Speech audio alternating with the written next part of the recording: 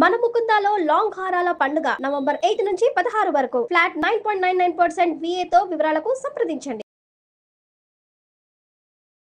కేవలం 4 గంటల్లో ఎలాంటి నొప్పి లేకుండా hair transplantation Keha skin and hair clinic.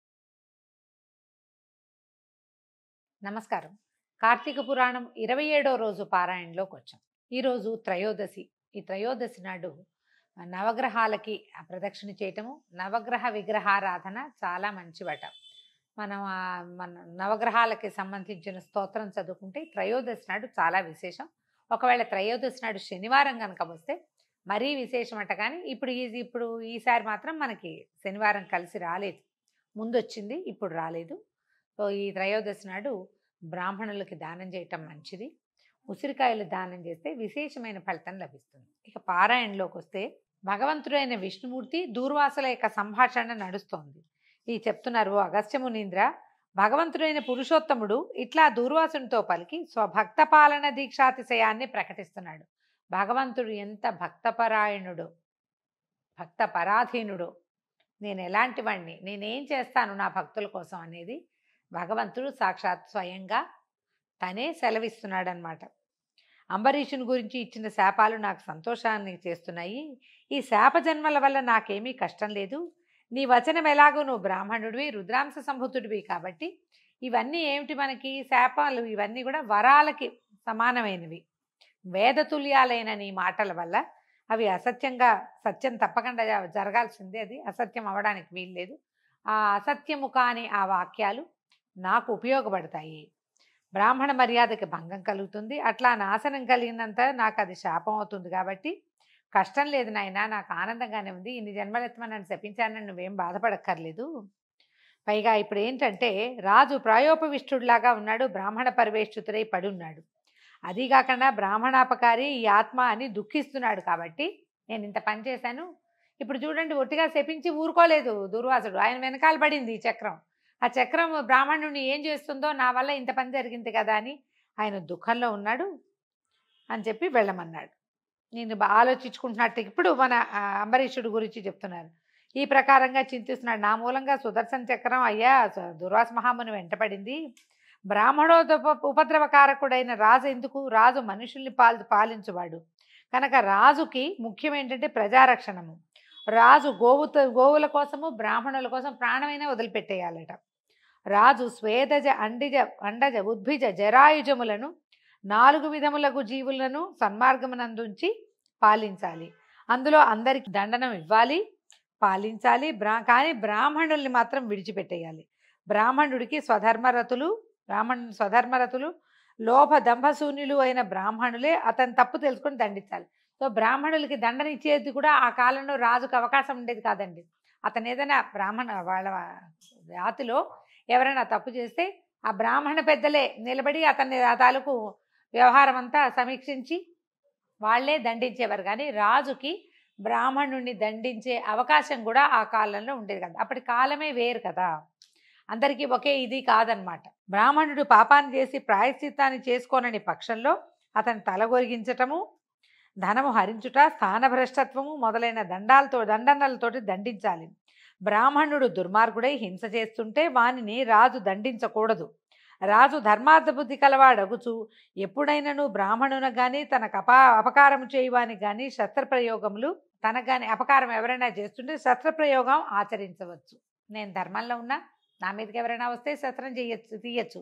బ్రాహ్మణుడికి ఏదైనా అవమానం జరిగినా చేయొచ్చట. బ్రాహ్మణేతరులందరూ భయము లేక క్షాత్రకీర్తిని చూపవలను కానీ బ్రాహ్మణ హింస మాత్రము చేయకూడదు.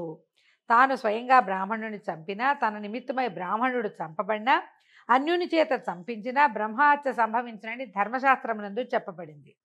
బ్రాహ్మణుడు లాగబడి కానీ, కొట్టబడి కానీ, ధనహీనుడుగా చేయబడి కానీ ఎవరిని ఉద్దేశించి ప్రాణాలు విడుస్తాడో వాడు కూడా బ్రహ్మహంతకుడే అవుతాడు. ఎవరైనా ఈ బ్రాహ్మణాయన్ని లాగితే పడిపోయినా సరే, నేను ఒట్టిగా లాగేనండి అన్నా సరే కుదరదు. ఆయన వల్ల ఏదైనా ప్రమాదం జరిగితే ఆ బ్రాహ్మణ హత్య పాతకం చుట్టుకుంటుందట. దూర్వాసునకు ప్రాణహానికరమైన కష్టము నా మూలంగా కలిగింది కాబట్టి నేను కూడా బ్రాహ్మణ హంతకుడిని అయిపోయానని నేను దుఃఖిస్తున్నాడు అని చెప్తున్నాడు విష్ణుమూర్తి. దూర్వాస, అంబరీషుడు ఈ ప్రసంగంలో మిక్కిలి దుఃఖంతో ఉన్నాడు కాబట్టి నీవచ్చటికి తొందరగా పొమ్ము, నీకును రాజుకును కుశలం అవుతుంది. ఇట్లా విష్ణువు చెప్పిన మాట విని దూర్వాస మహాముని నమస్కరించి అప్పుడే చక్రముతో సహా బ్రాహ్మణ పరివేష్టితుడైనటువంటి రాజు దగ్గరకు వచ్చాడు. ఇట్లు సూర్యకాంతితో వస్తున్నటువంటి దూర్వాసుని చూసి అంబరీష మహారాజు లేచి నమస్కరించి సుదర్శన చక్రంతో ఇట్లా విన్నవించాడు. ఓ చక్రమా, నన్ను మన్నించు. ఆర్తుని సంహరించడం న్యాయం కాదు గనక బ్రాహ్మణుని రక్షించుము. అతి క్రౌర్యంతో హింసించడం తగదు. రక్షించమని వేడుచున్న నన్నును శరణాగతుడైన బ్రాహ్మణుణ్ణి రక్షించు అని అంబరీషుడు ఇట్లా అంటూ దుర్వాసుని కౌగిలించుకుని తర్వాత అతన్ని తన వెనక ఉంచుకుని తన ముందు నిలబడి భయం లేకుండా ధనువుని ఎక్కుపెట్టి సుదర్శన చక్రంతో ఇట్లా అన్నాడు.